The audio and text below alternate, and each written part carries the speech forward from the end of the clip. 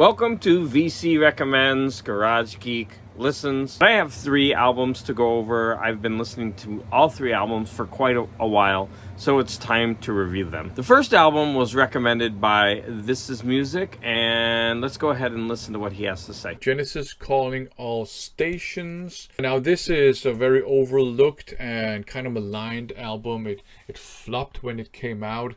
It's the one album that has Ray Wilson on vocals, because this one came out well into the 90s, I think 97 or something. The old prog heads, they abandoned Genesis probably around Duke. And then you had all the 80s pop fans of Phil Collins, and obviously they're not interested in this one either because it doesn't have Phil Collins on it. So it flopped and they kind of gave up after this. I mean, they've had reunions and stuff, but they gave up with, this lineup. And it's a bit of a shame because I actually think this is a very good album. I wouldn't say it's progressive, but it's still kind of arty in a way. Ray Wilson's vocals are very different from Phil Collins's vocal and Peter Gabriel's vocals. He has more of a husky voice. For the most part, this is a dark and melancholic album as well, but you do have like lush and layered sort of keyboard and synth parts, and so there are some sneaky elements from reggae every now and then, and some funky stuff and so on and so forth. There's even, I think that was the hit from the album, Not About Us, which was almost like a 90s grunge ballad. I think it's a very, very good kind of mellow, dark, melancholic album, and I think it's a shame they gave up after this because it would have been interesting to hear what they would have done with this lineup.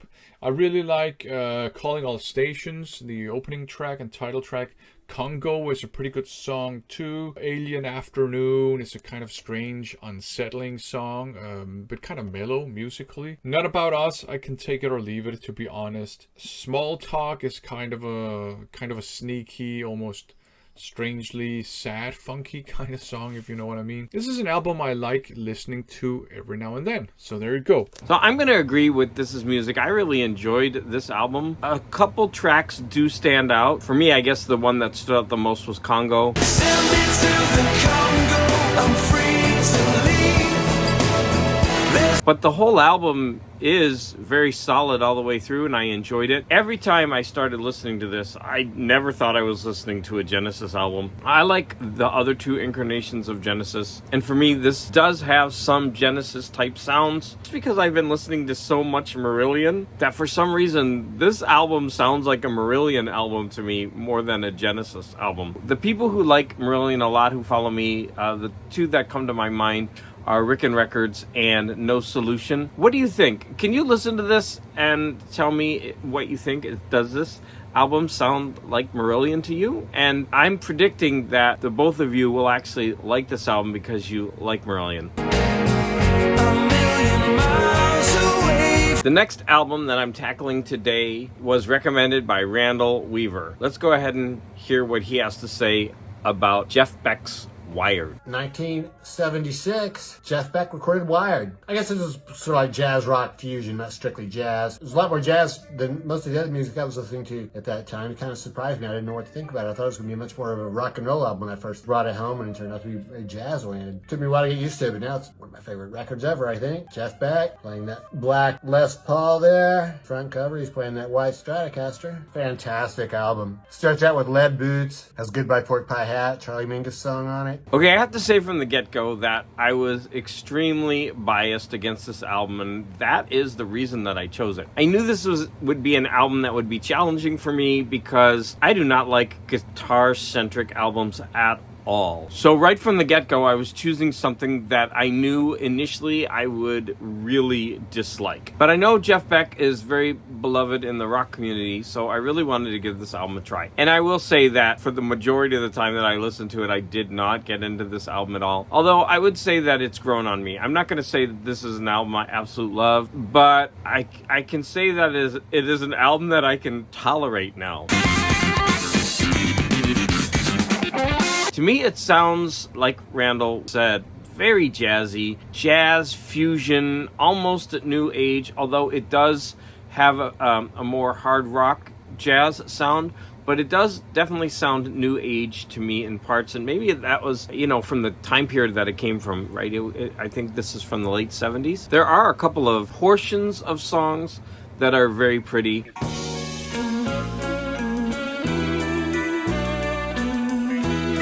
Most of the songs tend to have very hard jamming parts, and then they will go into these mellow instrumental parts before getting, you know, jazzy, rocky, fusion-y again. I tend to like the slower, more mellow parts more so than the rocking parts. Randall Weaver, thank you for recommending this album. At least I have more, exposure to Jeff Beck now. Like I said, it's not bad at all, but I can appreciate it for what it is. And again, it's my own personal bias against guitar-centric albums. Third album I'm tackling today was recommended by No Solution, and that is going to be Marillion.com by Marillion. Let's go ahead and listen to what No Solution has to say. Steve is right again. I picked a Marillion album. Probably one would not expect. Marillion.com from 1999. This is one I don't think is thought of very highly. Awesome track list all the way through. Deserve, Go, Rich, Tumble Down the Years, a great one they don't play very often. Interior Lulu, another great one they don't play very often. And this, while doesn't reach the heights of some of the other albums, it's just so good all the way through. And this was the period where they were really scrambling because they were kind of an indie again. And so 97, 98, 99, they released albums. Well, now it takes them 4 to 6 years to release an album, and to keep up the quality for all those releases was pretty amazing. So Marillion.com from 1999. I asked No Solution to take part in a challenge, and since he did it, I decided that I would listen to all the albums that he recommended. And many of them have been Marillion albums, and I think this is about the third or the fourth one that I've been listening to, and I don't know if it's specifically this album or Marillion in general, but I really like this album a lot.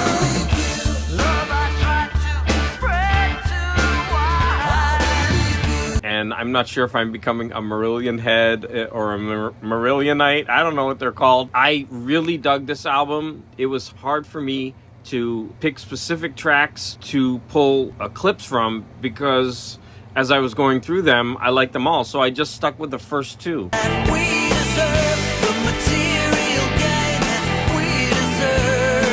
I'm going to say that this one is one of those albums that if you don't like Marillion or you don't know about Marillion, then maybe you could start with this one. As Scott pointed out, this doesn't seem to be one of their more popular releases in their catalog, but so far it's the one that I've enjoyed the most. And like I said, maybe if I go back and listen to the other ones that I already listened to, maybe I will, maybe something has clicked and I'm just starting to like Marillion more. This album is great from start to finish, and I highly recommend this one. So I want to thank This Is Music, Randall Weaver, and No Solution for their recommendations. And of course, I always appreciate any comments that you have, so please go ahead and comment on the video. And again, I want to thank you all for the support.